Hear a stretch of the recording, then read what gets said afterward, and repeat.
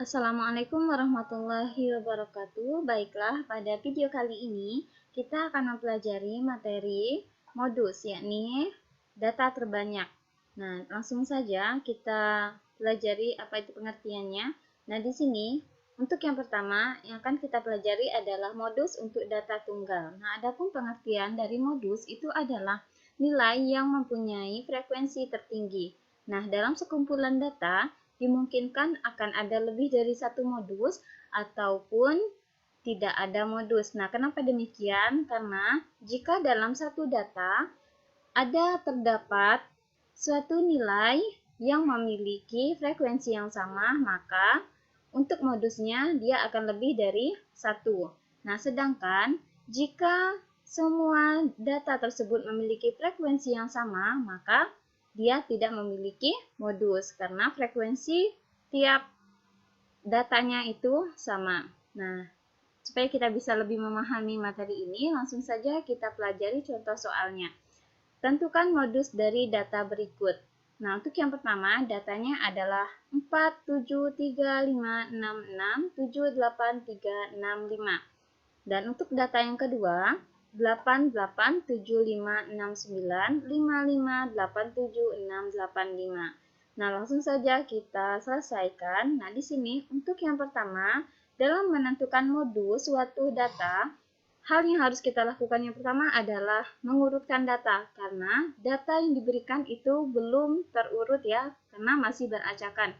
Nah, tidak berurutan mulai dari yang terkecil hingga yang terbesar. Jadi, yang pertama harus kita lakukan adalah mengurutkan data. Maka di sini kita buatlah data yang sudah urut. Nah, dari data yang pertama ini, kita urutkan datanya mulai dari yang terkecil. Nah, jadi setelah diurut, maka kita dapatlah datanya itu 33455666778. Nah, dari sini, dari data yang ada yang sudah kita urutkan ini, bisa kita lihat bahwa untuk nilai 3 atau angka 3 di sini frekuensinya ada 1, 2, maka frekuensinya ada 2. Kemudian data yang kedua untuk nilai 4, nah, ini memiliki frekuensi hanya 1. Kemudian untuk berikutnya angka 5. Nah, di sini untuk angka 5 ada 2, berarti frekuensinya adalah 2. Kemudian untuk yang selanjutnya di sini ada angka 6. Nah, untuk angka 6 di sini ada 3, maka frekuensinya adalah 3. Nah, kemudian untuk berikutnya ada 7. Nah, untuk 7 di sini ada 2, maka frekuensinya ada 2, dan untuk yang terakhir adalah 8. Nah, di sini 8 hanya ada 1. Jadi, di antara data-data atau nilai-nilai yang ada ini, untuk yang paling banyak atau yang paling sering muncul itu adalah 6, yakni sebanyak 3 kali. Nah, ini ya, 1, 2, 3. Maka kita dapatlah di sini datum yang paling sering muncul adalah 6. Nah, ingat, untuk keseluruhannya ini dikatakan dengan data, sedangkan untuk persatuannya itu adalah datum. Di sini ada datum 3, 4, 5, 6. Nah, jadi yang paling sering muncul itu adalah datum yang 6 ya, angka 6. Yakni sebanyak 3 kali. Maka kita buatlah kesimpulan, jadi modusnya adalah 6. Nah, kemudian untuk berikutnya, nah di sini sama seperti pada contoh yang pertama, di sini kita juga harus mengurutkan data karena di sini datanya masih beracakan ya, tidak berurutan. Nah, jadi yang pertama kita harus mengurutkan dulu sehingga kita dapatkanlah datanya 55555 5555 6677 8888 9. Nah, di sini bisa kita lihat bahwa untuk angka 5 ada 4, kemudian angka 6 ada 2, angka 7 ada 2, dan angka 8 juga ada 4. Sedangkan untuk angka 9 hanya 1. Nah, jadi di sini terdapat dua angka yang memiliki frekuensi yang sama, yakni angka 5 memiliki frekuensinya adalah 4, kemudian angka 8 juga frekuensinya ada 4. Nah, sehingga di sini ada dua datum yang paling sering muncul, yaitu 5 dan 8, yakni sebanyak 4 kali, sehingga modusnya ini lebih dari 1 karena ada dua angka yang memiliki frekuensi yang sama. Jadi modusnya adalah 5 dan 8. Nah, karena di sini untuk 5 frekuensinya 4, kemudian untuk 8 juga frekuensinya 4, dia sama-sama 4 ya.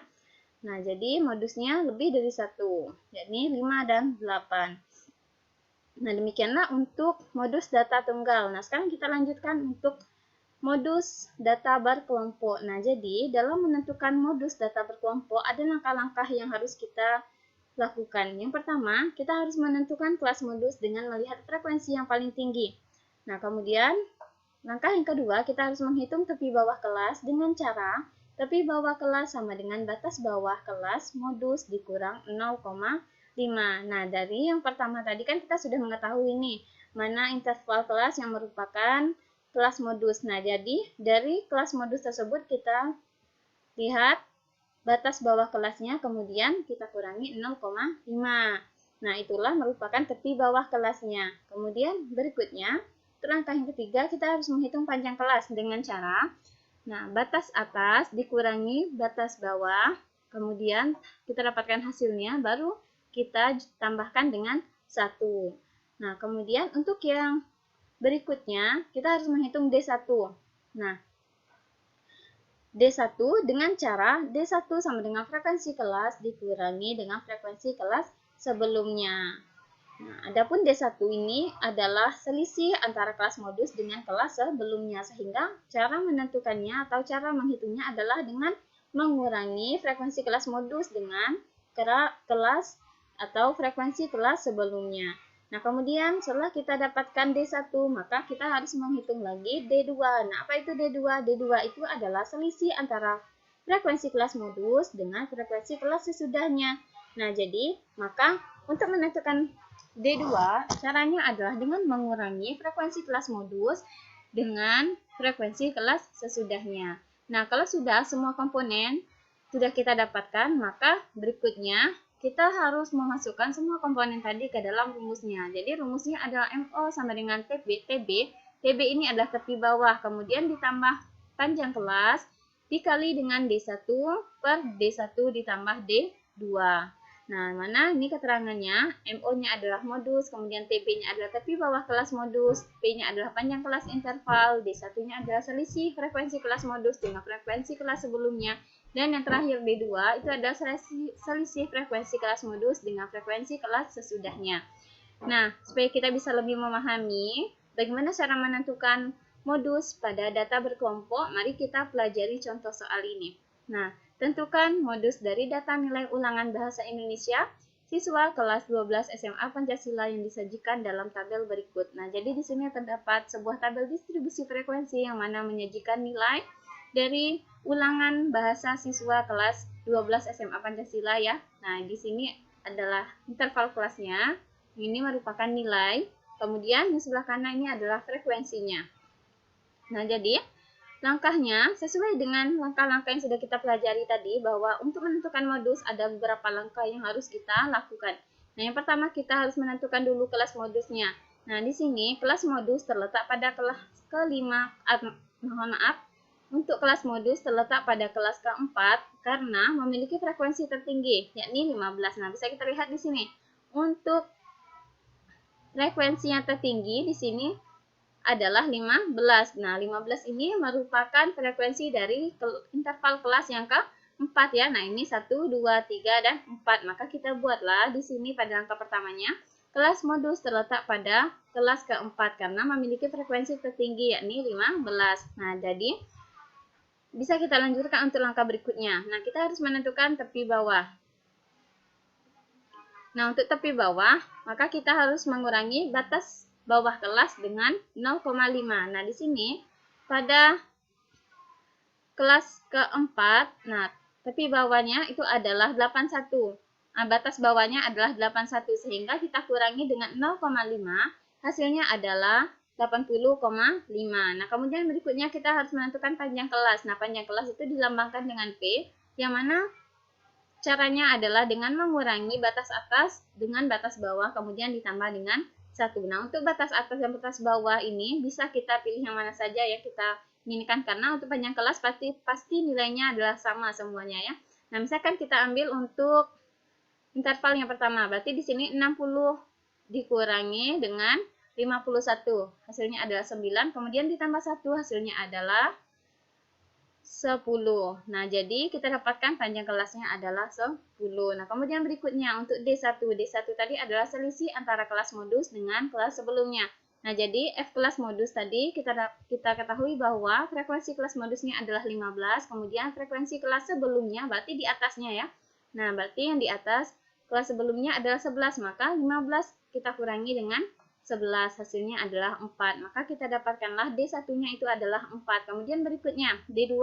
Nah, D2 ini pengertiannya adalah selisih kelas modus dengan kelas sesudahnya, sehingga kita harus mengurangi frekuensi kelas modus dengan frekuensi kelas sesudahnya. Nah, untuk kelas modus frekuensinya adalah 15, kemudian kelas sesudahnya frekuensinya adalah 2, sehingga kita kurangi 15 dikurang 2 hasilnya adalah 13, sehingga kita dapatkan D2-nya adalah 13.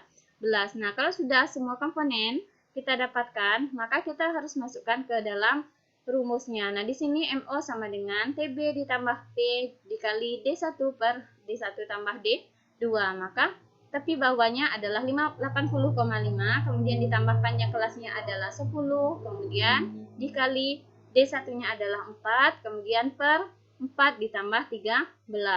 Ini D1 dan D2. Nah, kemudian berikutnya kita tulis dulu 80,5 ditambah 10, kemudian dalam kurung 4. Nah, 4 tambah 13 ini kita jumlahkan, hasilnya adalah 17. Nah, kemudian berikutnya kita tulis lagi 80,5 ditambah. Nah, untuk 10 kita kalikan dengan 4 ya. Nah, untuk bentuk yang seperti ini maka 10 hanya kita kalikan dengan 4. Maka hasilnya adalah 40 per 17. Nah, kemudian 80,5 ditambah. Nah, 40 dibagi 17 itu hasilnya adalah 2,35. Sehingga ketika kita jumlahkan 80,5 ditambah 2,35 hasilnya adalah 82,85. Sehingga kita buatlah kesimpulan, jadi modusnya adalah 82,85. Nah, sekarang silahkan kalian kerjakan soal latihan. Tentukan modus dari data nilai ulangan matematika siswa kelas 12 SMA Kartini yang disajikan dalam bentuk tabel berikut. Nah, silahkan tentukan modusnya. Nah, semoga kalian bisa memahami materi yang telah Ibu jelaskan. Oke, terima kasih. Wassalamualaikum warahmatullahi wabarakatuh.